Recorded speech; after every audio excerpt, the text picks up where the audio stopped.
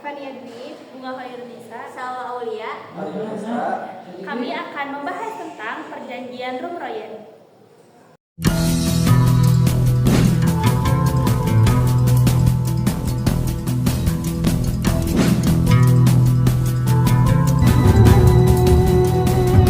Perjuangan Indonesia untuk membebaskan diri dari Belanda di awal kemerdekaan ditempuh lewat berbagai upaya diplomasi. Perjanjian Rumroyen menjadi salah satu dari rangkaian perundingan dengan Belanda dalam sejarah Indonesia pasca kemerdekaan. Perundingan Rumroyen dimulai pada 14 April 1949 dan ditandatangani pada 7 Mei 1949 di Hotel Des Indes, Jakarta. Namanya diambil dari kedua pemimpin delegasi, Muhammad Rum, delegasi Indonesia, dan Herman van Rooijen, delegasi Belanda. Perundingan tersebut bertujuan menyelesaikan masalah terkait kemerdekaan Indonesia. Sebelum diselenggarakan konferensi meja bundar, perjanjian berjalan alot sehingga memerlukan kehadiran Bung Hatta dari pengasingan di Bangka. Juga Sri Sultan Hamengkubuwono IX dan Yogyakarta untuk mempertegas sikap Sri Sultan Hamengkubuwono IX terhadap pemerintah Republik Indonesia di Yogyakarta, di mana Sultan Hamengkubuwono IX mengatakan Yogyakarta is the Republic Indonesia. Yogyakarta adalah Republik Indonesia.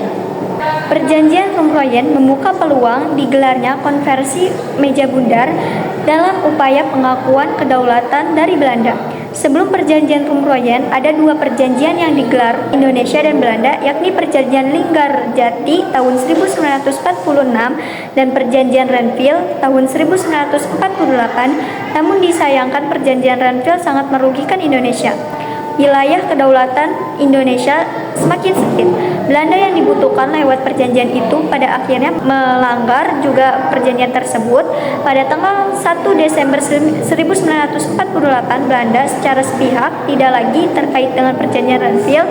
Hal tersebut tertuntut pada agensi militer Belanda II dengan sasaran utama Yogyakarta yang kala itu menjadi ibu kota sementara Republik Indonesia. Para petinggi pemerintahan Republik Indonesia termasuk Presiden Soekarno dan Wakil Presiden Muhammad Hatta dan sejumlah menteri ditawan oleh Belanda bahwa diasing di luar Jawa. Dari lama Tirto ID disebutkan kendali pemerintahan untuk sementara dialihkan kepada pemerintahan darurat Republik Indonesia. DPRI ia berkedudukan di Bukittinggi, Sumatera Barat. Sementara itu, tanggal 1 Maret 1949 terjadilah serangan umum atau serangan besar-besaran kota Yogyakarta yang semula diduduki Belanda mampu direbut oleh Angkatan Perang Republik Indonesia dan dipertahankan selama 6 jam sebagai bukti eksistensi Indonesia. Upaya tersebut merugikan posisi Belanda di peta politik internasional.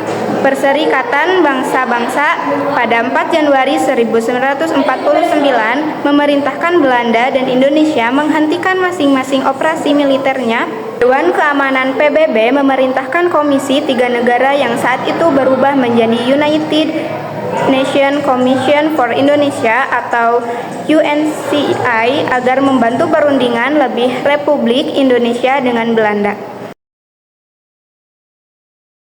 United Nations Commission for Indonesia membawa perwakilan kedua negara ke meja perundingan dan digelarlah perundingan Rumroyen pada 14 April 1949 hingga 7 Mei 1949.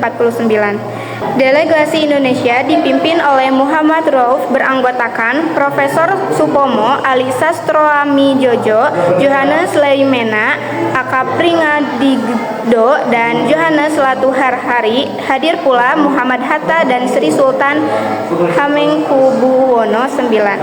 Sementara itu delegasi Belanda dipimpin oleh Dr. J.H. van Rooijen beranggotakan 1 Blom, 2 Jacob, 3 Dr. Van, 4 Dr. Gede, 5 Dr. P.J. Koch, 6 Van Hoogstraten dan Dr. Gibbon.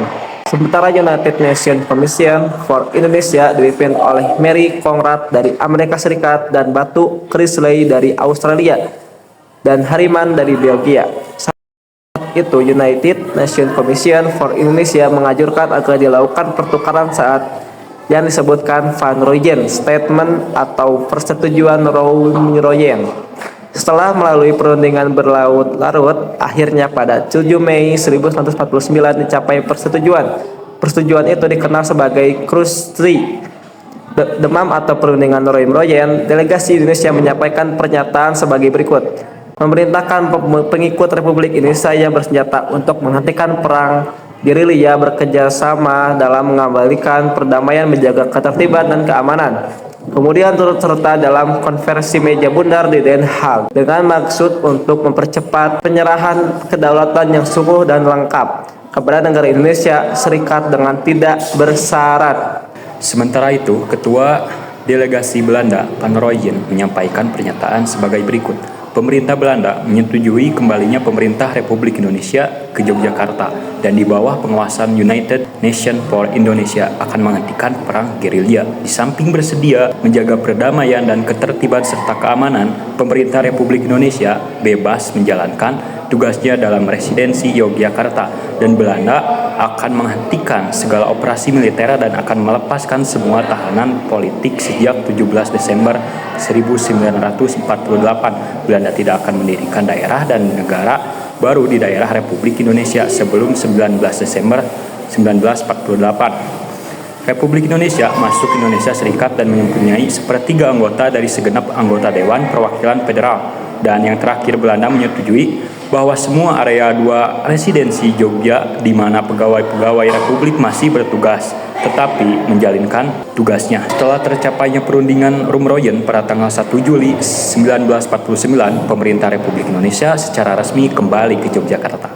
Perundingan Roym-Royen menghasilkan keputusan jika Belanda bersedia untuk membebaskan seluruh tawanan perang serta menghentikan agresi militer. Begitu pula dengan Indonesia yang setuju untuk menghentikan perang kerugian tanggal setuju di 1949. Insinyur Soekarno dan Muhammad Hatta kembali ke Yogyakarta setelah diasingkan. Jenderal Sudirman yang dalam kondisi sakit berjuang lewat gerilya selama hampir 7 bulan baru kembali ke Yogyakarta pada 10 Juni 1949. Pada 13 Juli 1949, Kabinet Hatta mengesahkan Perjanjian Roym-Royen. Syafruddin Prawiranegara yang menjabat Presiden Pemerintah Darurat Republik Indonesia dari tanggal 22 Desember 1948 menyerahkan kembali mandatnya kepada Soekarno dan secara resmi mengakhiri keberadaan PDRI. Pada tanggal 13 Juli 1949 terjadi gencatan senjata Belanda dan Indonesia serta diadakan konferensi meja bundar. Pahlawan melakukan berbagai upaya untuk kemerdekaan bangsa Indonesia, baik perjuangan fisik maupun diplomasi, semuanya membutuhkan semangat nasionalisme yang tinggi serta sikap pantang menyerah, keuletan, dan kegigihan.